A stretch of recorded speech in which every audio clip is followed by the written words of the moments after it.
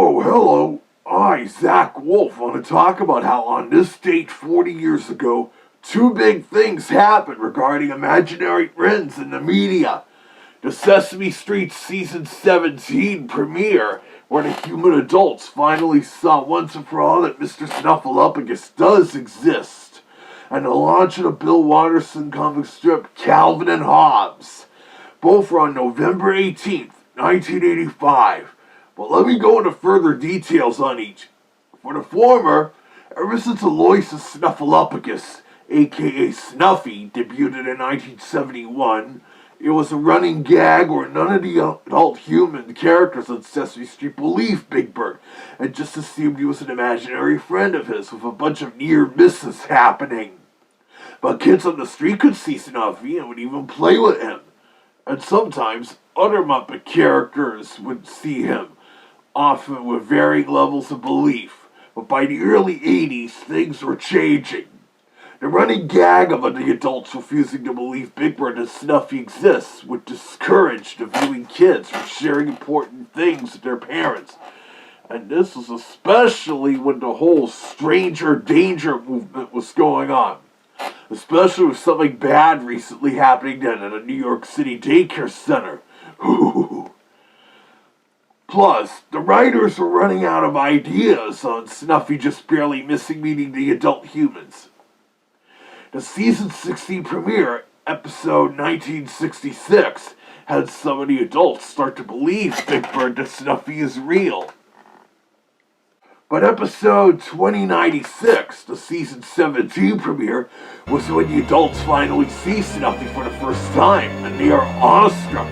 The music even starts out dramatic as they're all staring in shock, but then turns lighthearted upon showing they are indeed staring at Snuffy. And Big Bird and Snuffy's plan, with assistance from Elmo in his first season as the main character, worked. And Big Bird gloats a little. And then we get kind of a moving scene where Susan tells Big Bird it's alright for him to have been angry for their not believing him for so long. And she apologizes, and the rest of the adults promise to believe Big Bird whenever he tells us something, kind of getting in the stranger danger message about parents trusting children. Gordon, Maria, and Linda even remind Big Bird that the last season he began to believe him.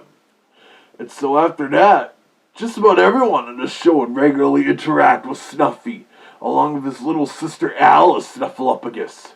I remember when I was a little cub, there was a cute segment where Kathleen Turner reads Goodnight Moon to Snuffy and his little sister Alice. It was almost like hearing Jessica Rabbit read a bedtime story. Row! Couldn't resist.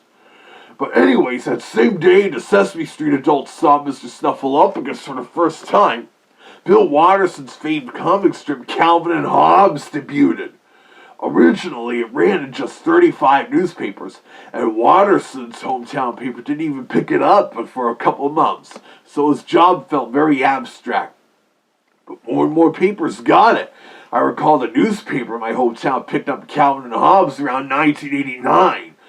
As a cub, I loved Calvin Hobbes, and I still do to this day. The very first strip that was printed 40 years ago had Calvin supposedly catching Hobbes in a tiger trap. Look how goofily Calvin's drawn in the second panel. But in other strips afterward, Hobbes is usually shown as a stuffed animal from everyone else's perspectives, while from Calvin's view, Hobbes is a living, talking tiger, causing no end of confusion for some readers. As Watterson would state, it's not a case of a stuffed toy who miraculously comes to life, a la Fatty Bear, or Hobbes just being a product of Calvin's imagination. And a few strips occasionally confirmed this with some interesting playing around with perspectives. Infamously, Bill Watterson didn't want his comic strip to be licensed and merchandised the way Peanuts and Garfield and a few other such popular comic strips were, resulting in a lot of fights with the syndicate. This is why we've never gotten a Calvin Hobbes animated series or movie or even TV specials. Didn't stop me from getting great Al Griffin to come up with a voice for Calvin's babysitter Rosalind. Calvin, take a look by the telephone and tell me what you see. I know Mom left with emergency numbers. Right. Now you wouldn't want me to have to call any of those numbers, would you? Then there was also when Robot Chicken did a really funny Calvin Hobbes parody sketch 19 years ago, and I heard Bill Watterson actually thought it was pretty funny. I'm honestly not that surprised, given that sketch perfectly matched the cynical humor of this comic strip. Blood is everywhere! The vicious tiger shows no mercy. I see. Also, the early strips did look flatter and more cartoony, even Calvin's imagined spots. A while later, the strip settled into its usual look, where the humans and Hobbes still look fairly cartoonish, but the settings and props and vehicles are still drawn very realistically and detailed. I always loved that detail with the strip, and the way vehicles tend to bounce when they're in motion. Don't the drivers and passengers get sick from a simple drive?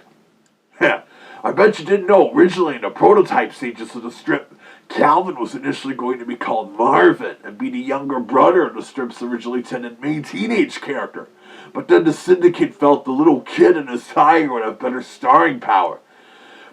Yeah, there you have it. 40 years ago today, the 17th season of Sesame Street premiered, with the adults now finally seeing Mr. Snuffleupagus for the first time after over a decade of assuming he was just Big Bird's imaginary friend, and the Calvin and Hobbes comic strip started up, albeit in 35 newspapers.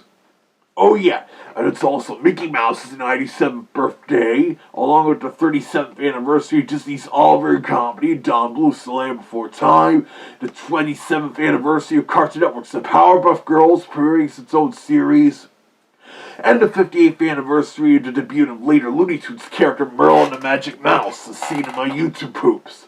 A lot of stuff happened on November 18th. Hope you enjoyed this vlog, and so keep watching this channel to see whatever I'll do here next.